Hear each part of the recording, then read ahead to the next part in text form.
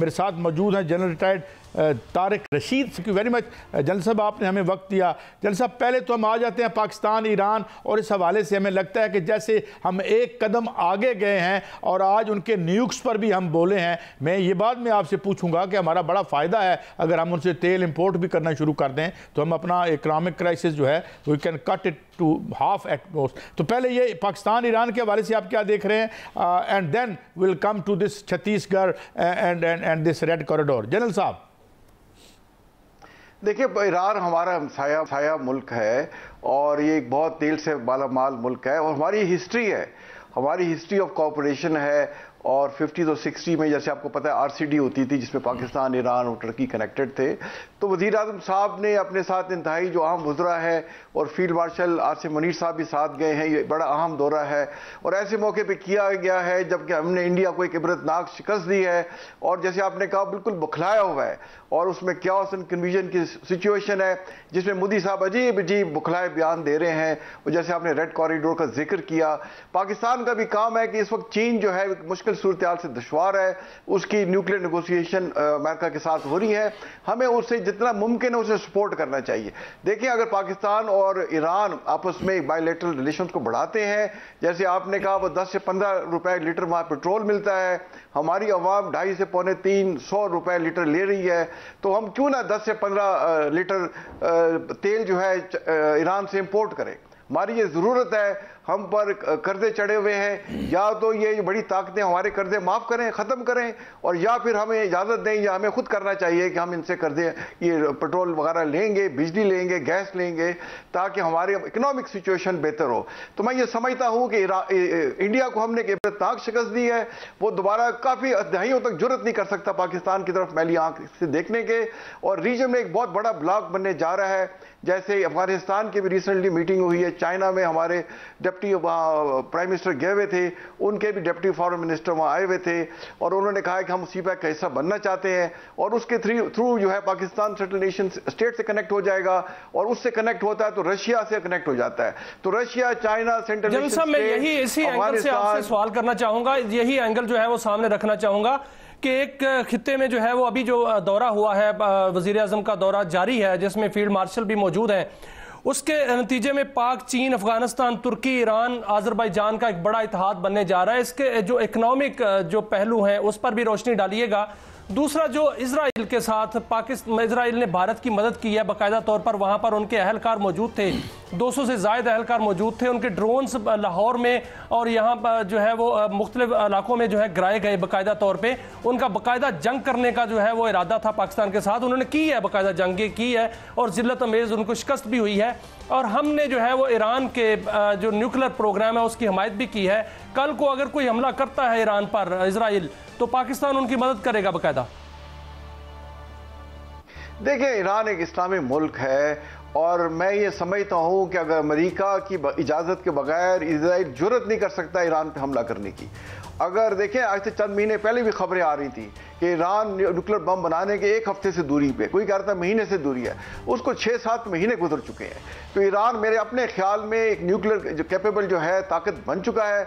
उन्होंने सिर्फ जो है ओवरटली जो है उसका टेस्ट करना है, कोवर्टली मेरे ख्याल वो कर चुके हैं। और अगर ईरान के पास ये जौहरी ताकत ना होती तो अभी तक इजराइल उस पर चढ़ दौड़ता। अमेरिकन जो है मिलिट्री सैटेलाइट से सब चीज़ें मॉनिटर करते रहते हैं और उन्होंने इसराइल को इसकी बिल्कुल इजाज़त नहीं दी। तो मैं ये समझता हूँ कि जो है अमेरिका कभी भी इसराइल को इस चीज़ की इजाज़त नहीं देगा कि वो ईरान की उनकी जौहरी तस्नीबात पर हमला करे। अगर उसने हमला किया, ईरान के पास मैं समझता हूँ इतनी ताकत है कि वो इसराइल का वजूद इस दुनिया से मिटा देगा। अच्छा जनरल साहब, एक बड़ी दिलचस्प बात और एक नया एंगल निकल आया आपकी बात से। मुल्कों में देखें या छोटे मुल्कों में देखें, बड़े मुल्कों में देखें, व्हेनेवर जो ताकतें हैं रिएक्शनरी फोर्सेस को जब वो स्पॉन्सर करती हैं अपने वक्ती मफाद के लिए, जिस तरह हमने देखा कोल्ड वार में जो हमारे साथ हुआ, जो बाकी दुनिया, तो क्या इजराइल अब इंडिया अमेरिका के हाथ से निकल रहा है? क्योंकि अब हमें लगता है जो न्यूयॉर्क टाइम्स में जो कुछ छप चुका है कि वो नहीं मान रहा और यूँ लगता है कि वो रिएक्शनरी फोर्स वो अब वो जिसे फ्रैंकनस्टाइन बन गया है अमेरिका के लिए। क्या ये बात दुरुस्त नजर आती है आपको जनरल साहब? जी, मैं इसमें ये समझता हूँ जैसे कंबल होता है ना कि आप कंबल को छोड़ते हैं, कंबल आपको छोड़ना नहीं चाहता। तो अमेरिका मेरा ख्याल इसराइल को दूर करना चाहता है, खासतौर पर ट्रंप साहब जैसे वो मिडिल ईस्ट में आए और उन्होंने 3 मुल्कों के दौरे किए, सऊदी अरेबिया, कतर और यूएई वगैरह गए और इसी रीजन में थे, इसराइल वो नहीं गए। ये उन्होंने बड़ा क्लियर एक पैगाम उसको दिया है। उससे पहले नेतन्याहू ने अमेरिका का विजिट किया था, उसमें भी ज़्यादा उनको रिजाई या लिफ्ट नहीं कराई गई। तो ये सारे मुल्क जो मिडिल ईस्ट के हैं, देखिए ट्रिलियन ऑफ डॉलर्स के वो सौदे करके गए। ये सारे अरब ममालिक जो है अमेरिका में ट्रिलियंस ऑफ डॉलर्स की जो है वो इन्वेस्टमेंट करेंगे, जबकि इसराइल अमेरिका पे एक ड्रैग बनता जा रहा है, वो उससे बिलियंस ऑफ डॉलर लेता है। तो ट्रंप एक बिजनेसमैन है, वो ये कभी नहीं चाहेगा कि उसको किसी मुल्क को अपने खजाने से पैसे देने पड़ रहे हो और जो है वो उनके साथ जुड़ा रहे। तो मेरा ख्याल है अब वक्त आ गया है कि जो इसराइल है उसको इस बात का रियलाइज करना होगा और वो ये 2 स्टेट सोल्यूशन की तरफ मामला जा रहे हैं। जैसे वहां से बयानात भी आए हैं, तो आप जल्द देखेंगे कि इसराइल को पसपाई इख्तियार करनी होगी।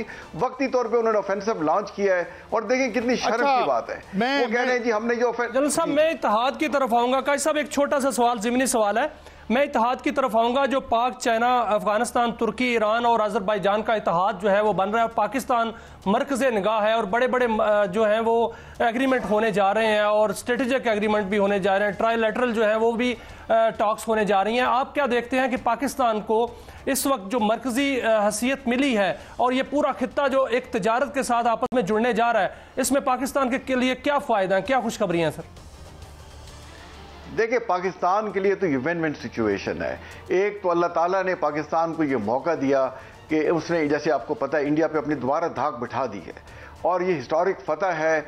इसको पाकिस्तान सिर्फ सेलिब्रेट नहीं कर रहा, पूरी दुनिया इसकी तारीफ कर रही है और वह हैरान है कि एक 6-7 गुना छोटे मुल्क ने किस तरह से इंडिया को धूल चटाई है।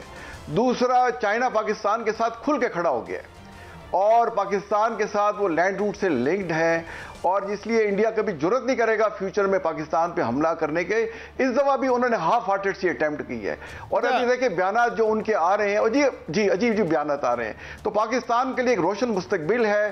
पाकिस्तान आपने एक बड़ी इंपॉर्टेंट बात की, मैं समझता हूं मैं उसको दोहरा के अपनी अगली स्टोरी पे जाता हूं ताकि ज्यादा से ज्यादा आपसे इस्तेफादा कर सकें कि ये जो अकली झील है, हमारा कर्जा और इकॉनमी है, ये सबसे बड़ा इशू है जिसे हमें बड़े गौर से देखना चाहिए। मगर ये इसकी बात तो आपने पॉइंट आउट कर दिया और इसकी इंपॉर्टेंस को एम्फसाइज भी कर दिया।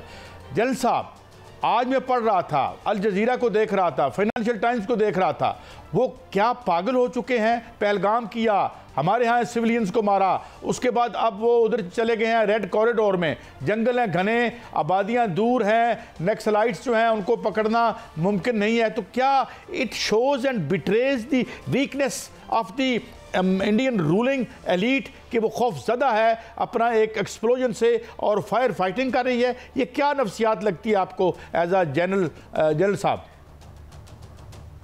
देखिए, ये इंडिया की जो थी अंदरूनी जो खलफशार हैं, ये टूट फूट का जो शिकार है, ये एक अहम वजह थी जो उन्होंने हम पे पहलगाम का ड्रामा किया और पाकिस्तान पे हमला किया।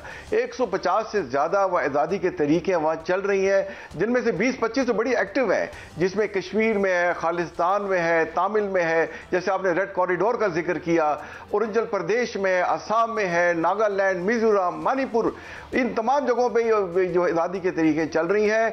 और मोदी साहब देखें, अभी कुछ 1.5 महीना होने वाला है और पहलगाम के वाक़े के बाद और 1.25 महीना तकरीबन, और वो देखिए गुजरात पहुंच गए, बाकी जो, लेकिन पहलगाम अभी तक नहीं गए।